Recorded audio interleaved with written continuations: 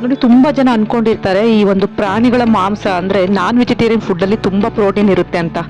ನಿಮ್ಗೆ ಗೊತ್ತಿಲ್ಲ, ಎಷ್ಟೊಂದು ಸಸ್ಯಾಹಾರಿ ಆಹಾರಗಳು ಕೂಡ ಅತಿ ಹೆಚ್ಚು ಪ್ರೋಟೀನ್ ಹೊಂದಿರುತ್ತವೆ. ಈವನ್ ನಾನ್ ವೆಜಿಟೇರಿಯನ್ ಪ್ರೋಟೀನ್ ಅನ್ನು ಕೂಡ ಮೀರಿಸುವಂತ ಪ್ರೋಟೀನ್ ಈ ಒಂದು ಸಸ್ಯಾಹಾರಿ ಆಹಾರಗಳಲ್ಲಿರುತ್ತೆ. ನಾನು ಅವುಗಳನ್ನ ಈಗ ಲೀಸ್ಟ್ ಮಾಡಿದ್ದೇನೆ. ಈ ವಿಡಿಯೋವನ್ನು ತಪ್ಪದೆ ಕಂಪ್ಲೀಟ್ ಆಗಿ ಮಿಸ್ ಮಾಡದೆ ನೋಡಿ. ಮೊದಲನೇ ವೆಜಿಟೇರಿಯನ್ ಫುಡ್ ಗ್ರೂಪ್ ನೋಡೋದಾದ್ರೆ ಲೆಗ್ಯೂಮ್ಸ್ ಅಂಡ್ ಪಲ್ಸಸ್, ಅಂದ್ರೆ ಕಾಳುಗಳು ಮತ್ತು ಬೇಳೆಗಳು ಅಂತ ಕರೀತಾರೆ ಈ ಒಂದು ಗ್ರೂಪ್ ನ. ಇದರ ಅಂಡರ್ ಅಲ್ಲಿ ಯಾವ್ದೆಲ್ಲ ಬರುತ್ತೆ ಅಂದ್ರೆ, ಮೊದಲನೇದಾಗಿ ತೂರ್ ದಾಲ್ ಅಂದ್ರೆ ತೊಗರಿ ಬೇಳೆ. ಇದರಲ್ಲಿ ಪ್ರೋಟೀನ್ ಕಂಟೆಂಟ್ 21 ರಿಂದ 24 ಗ್ರಾಮ್ ಪರ್ 100 ಗ್ರಾಮ್ಗೆ ಇರುತ್ತೆ. ಎರಡನೇದಾಗಿ ಗ್ರೀನ್ ಗ್ರಾಮ್ ಅಂದ್ರೆ ಹೆಸರು ಕಾಳು. ಇದರಲ್ಲಿ ಪ್ರೋಟೀನ್ 24 ಗ್ರಾಮು ಪರ್ 100 ಗ್ರಾಮ್ಗೆ ನಮಗೆ ಸಿಗುತ್ತೆ. ಅದೇ ಬ್ಲಾಕ್ ಚನ್ನ ಅಂದ್ರೆ ಕಡಲೆಕಾಳು. ಇದರಲ್ಲಿ ಬೇಯಿಸದೇ ಇರೋ ಕಡಲೆಕಾಳಲ್ಲಿ 22 ಗ್ರಾಮ್ ಪ್ರೋಟೀನ್ ಇದ್ರೆ, ಬೇಯಿಸಿರೋದ್ರಲ್ಲಿ 9 ಗ್ರಾಮ್ ಪ್ರೋಟೀನ್ ಇರುತ್ತೆ.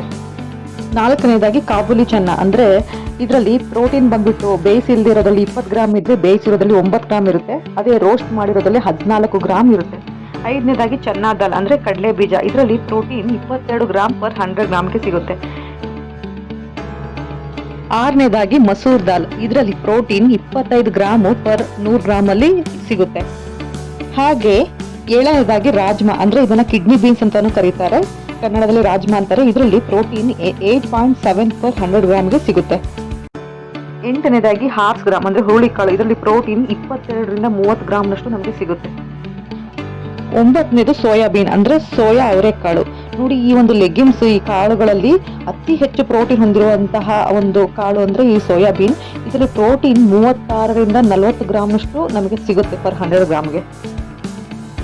ನಂಬರ್ 10 ಗ್ರೀನ್ ಪೀಸ್ ಅಂದ್ರೆ ಹಸಿರು ಬಟಾಣಿ. ಇದರಲ್ಲಿ ಪ್ರೋಟೀನ್ ಅಂದ್ರೆ ಫ್ರೆಶ್ ಹಸಿ ಬಟಾಣಿಯಲ್ಲಿ 700 ಗ್ರಾಮ್ ಇದ್ರೆ, ಒಣಗಿರುವಂತಹ ಬಟಾಣಿಯಲ್ಲಿ 25 ಗ್ರಾಮ್ನಷ್ಟು ನಮಗೆ ಪ್ರೋಟೀನ್ ಪರ್ 100 ಗ್ರಾಮ್ಗೆ ಸಿಗುತ್ತೆ. 11ನೇದಾಗಿ ಕೌಪಿ ಅಂದ್ರೆ ಇದನ್ನ ಲೋಬಿಯಾ ಅಂತಾನು ಕರೀತಾರೆ, ಕನ್ನಡದಲ್ಲಿ ಹಲಸಂದಿ ಕಾಳು. ಇದರಲ್ಲಿ ಪ್ರೋಟೀನ್ ನೋಡೋದಾದ್ರೆ ಅಂದ್ರೆ ಬಾಯ್ಲ್ ಮಾಡದೇ ಇರುವಂತಹ ಹಲಸಂದಿ ಕಾಳಲ್ಲಿ 8 ಗ್ರಾಮ್ ಇದ್ರೆ, ಬಾಯ್ಲ್ ಮಾಡಿ ಅಂದ್ರೆ ಬೇಯಿಸಿರುವಂತಹ ಒಂದು ಹಲಸಂದಿಯಲ್ಲಿ 23 ಗ್ರಾಮ್ನಷ್ಟು ನಮಗೆ ಪ್ರೋಟೀನ್ ಪರ್ 100 ಗ್ರಾಮ್ಗೆ ಸಿಗುತ್ತೆ. ಎರಡನೇ ಕೆಟಗರಿ ಡೈರಿ ಪ್ರಾಡಕ್ಟ್ಸ್ ಅಂದ್ರೆ ಹಾಲಿನ ಉತ್ಪನ್ನಗಳು. ನಂಬರ್ 1 ಮಿಲ್ಕ್ ಅಂದ್ರೆ ಹಾಲು. ಇದರಲ್ಲಿ 3.4 ಗ್ರಾಮ್ನಷ್ಟು ನಮಗೆ ಪರ್ 100 ಗ್ರಾಮ್ ಗೆ ಹಾಲಲ್ಲಿ ಸಿಗುತ್ತೆ. ಹಾಗೆ ಕರ್ಡ್ ಮೊಸರಲ್ಲಿ ಪ್ರೋಟೀನ್ ಬಂದ್ಬಿಟ್ಟು 3.4 ಗ್ರಾಮ್ ಪರ್ 100 ಗ್ರಾಮ್ ಅಲ್ಲಿ ಸಿಗುತ್ತೆ. ಹಾಗೆ ಪನ್ನೀರು, ಕನ್ನಡದಲ್ಲಿ ಪನ್ನೀರು ಅಂತೀವಿ. ಇದರಲ್ಲಿ ನಮಗೆ 18 ರಿಂದ 25 ಗ್ರಾಮ್ನಷ್ಟು ಪ್ರೋಟೀನ್ ಪರ್ 100 ಗ್ರಾಮ್ ಅಲ್ಲಿ ಸಿಗುತ್ತೆ. ಚೀಸ್, ಎಸ್ಪೆಷಲಿ ಚೆದ್ದಾರ್ ಚೀಸ್ ಅಲ್ಲಿ ಪ್ರೋಟೀನ್ ಬಂದ್ಬಿಟ್ಟು 100 ಗ್ರಾಮ್ ಅಲ್ಲಿ 25 ಗ್ರಾಮ್ನಷ್ಟು ಪ್ರೋಟೀನ್ ನಮಗೆ ಸಿಗುತ್ತೆ. ಮೂರನೇ ವಿಭಾಗ ಗ್ರೇನ್ಸ್ ಅಂಡ್ ಸೂಡೋ ಗ್ರೇನ್ಸ್ ಅಂದ್ರೆ ಧಾನ್ಯಗಳಲ್ಲಿ ನೋಡೋದಾದ್ರೆ, ಮೊದಲನೇದಾಗಿ ಬ್ರೌನ್ ರೈಸ್ ಅಂದ್ರೆ ಕನ್ನಡದಲ್ಲಿ ಕಂದು ಅಕ್ಕಿ ಅಂದ್ರೆ ಪಾಲಿಶ್ ಮಾಡದೇ ಇರುವಂತಹ ಅಕ್ಕಿಯಲ್ಲಿ ಪ್ರೋಟೀನ್ ನೋಡೋದಾದ್ರೆ, ಡ್ರಾ ರೈಸ್ ಅಲ್ಲಿ 4 ಗ್ರಾಮ್ ಇದ್ರೆ, ಬಾಯ್ಲ್ಡ್ ಅಂದ್ರೆ ಬೇಯಿಸಿರೋ ಅಕ್ಕಿಯಲ್ಲಿ 9 ಗ್ರಾಮ್ನಷ್ಟು ನಮಗೆ ಪ್ರೋಟೀನ್ ಸಿಗುತ್ತೆ. ಎರಡನೇದಾಗಿ ಹೋಲ್ ವೀಟ್ ಫ್ಲೋರ್ ಅಂದ್ರೆ ಗೋಧಿ ಹಿಟ್ಟಲ್ಲಿ ಪ್ರೋಟೀನ್ ಬಂದ್ಬಿಟ್ಟು 13 ಗ್ರಾಮ್ ನಮಗೆ ಪರ್ 100 ಗ್ರಾಮ್ಗೆ ಸಿಗುತ್ತೆ. ಥರ್ಡ್ ಒನ್ ಓಟ್ಸ್, ಕನ್ನಡದಲ್ಲಿ ಓಟ್ಸ್ ಅಂತಾರೆ. ತುಂಬಾ ಜನ ಇದನ್ನ ವೇಟ್ ಲಾಸ್ ಮಾಡ್ಲಿಕ್ಕೆ ಯೂಸ್ ಮಾಡ್ತಾರೆ.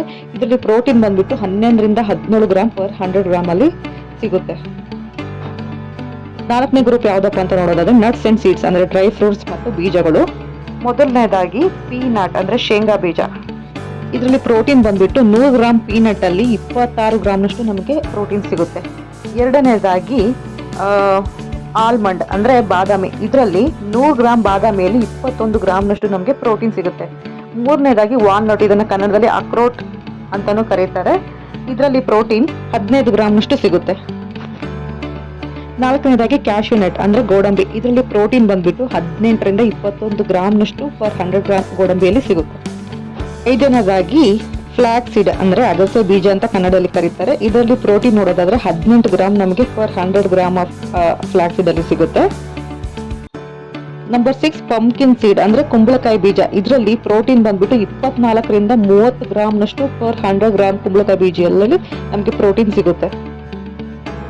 ನಂಬರ್ 7 ಸನ್ಫ್ಲವರ್ ಸೀಡ್ ಅಂದ್ರೆ ಸೂರ್ಯಕಾಂತಿ ಬೀಜ. ಇದರಲ್ಲಿ ಪ್ರೋಟೀನ್ ನೋಡೋದಾದ್ರೆ 21 ಗ್ರಾಮ್ ಪರ್ 100 ಗ್ರಾಮ್ ಸೂರ್ಯಕಾಂತಿ ಬೀಜದಲ್ಲಿ ನಮಗೆ ಸಿಗುತ್ತೆ. ಕೊನೆಯದಾಗಿ ಸೋಯಾ ಚಂಕ್ ಅಂದ್ರೆ ಕನ್ನಡದಲ್ಲಿ ಸೋಯಾ ಚಂಕ್ ಅಂತಾರೆ. ಇದರಲ್ಲಿ ಹೈಯೆಸ್ಟ್ ಪ್ರೋಟೀನ್ ನಮಗೆ ಸಿಗುತ್ತೆ ಅಂದ್ರೆ 52 gram protein per 100 gram of soya chunk ಅಲ್ಲಿ ಕರೀತಾರೆ. ಹಾಗಾಗಿ ಇದನ್ನ ಮೀಟ್ ಅನಲಾಗ್ ಅಂತ ಕರೀತಾರೆ. ಈ ಮೀಟ್ ಅನಲಾಗ್ ಅಂದ್ರೆ ಏನಪ್ಪಾ ಅಂದ್ರೆ, ಇದು ಮಾಂಸದ ಬದಲಾಗಿ ಅಂದ್ರೆ ಇದು ಸೇಮ್ ಮಾಂಸದ ರುಚಿ, ವಿನ್ಯಾಸ ಮತ್ತೆ ಪೌಷ್ಟಿಕಾಂಶ ಮೌಲ್ಯವನ್ನು ಹೋಲುವಂತೆ ಇದನ್ನ ಒಂದು ವಿನ್ಯಾಸಗೊಳಿಸಲಾಗಿರುತ್ತೆ. ಈ ಒಂದು ಸಸ್ಯ ಆಧಾರಿತ ಆಹಾರ ಉತ್ಪನ್ನಗಳಿಗೆ ಮೀಟ್ ಅನಲಾಗ್ ಅಂತಾರೆ. ಅಂದ್ರೆ ಇದನ್ನ ಮೀಟ್ ರಿಪ್ಲೇಸ್ಮೆಂಟ್ ಫುಡ್ ಅಂತಾನೂ ಕರೀತಾರೆ. ಬಿಕಾಸ್ ಇದರಲ್ಲಿ ಅಷ್ಟೊಂದು ಪ್ರೋಟೀನ್ ಇರುತ್ತೆ, ಹಾಗೆ ಮೀಟ್ ಅಲ್ಲಿ ಇರುವಂತ ಎಲ್ಲಾ ಕ್ವಾಲಿಟೀಸು ಈ ಒಂದು ಪ್ರಾಡಕ್ಟ್ ಅಲ್ಲಿ ಸಿಗುತ್ತೆ. ವೀಕ್ಷಕರೇ, ಈ ವಿಡಿಯೋನ ಇಲ್ಲಿಗೆ ಎಂಡ್ ಮಾಡ್ತಾ ಇದ್ದೀನಿ. ನೀವೇನಾದರೂ ಈ ವಿಡಿಯೋನ ಫಸ್ಟ್ ಟೈಮ್ ನೋಡ್ತಾ ಇದ್ದರೆ ನನ್ನ ಚಾನಲ್ನ ಸಬ್ಸ್ಕ್ರೈಬ್ ಮಾಡಿ. ಈ ವಿಡಿಯೋನ ಆದಷ್ಟು ನಿಮ್ಮ ಫ್ಯಾಮಿಲಿ ಫ್ರೆಂಡ್ಸ್ ಜೊತೆ ಶೇರ್ ಮಾಡಿ. ನಾನು ಮುಂದಿನ ವಿಡಿಯೋದಲ್ಲಿ ಪ್ರೋಟೀನ್ ಅಂದರೆ ಏನು ಮತ್ತು ನಮ್ಮ ದೇಹಕ್ಕೆ ಎಷ್ಟು ಪ್ರೋಟೀನ್ ಅವಶ್ಯಕತೆ ಇದೆ ಅನ್ನೋದ್ರ ಬಗ್ಗೆ ನಿಮಗೆ ಮಾಹಿತಿನ ಕೊಡ್ತೀನಿ. Thank you.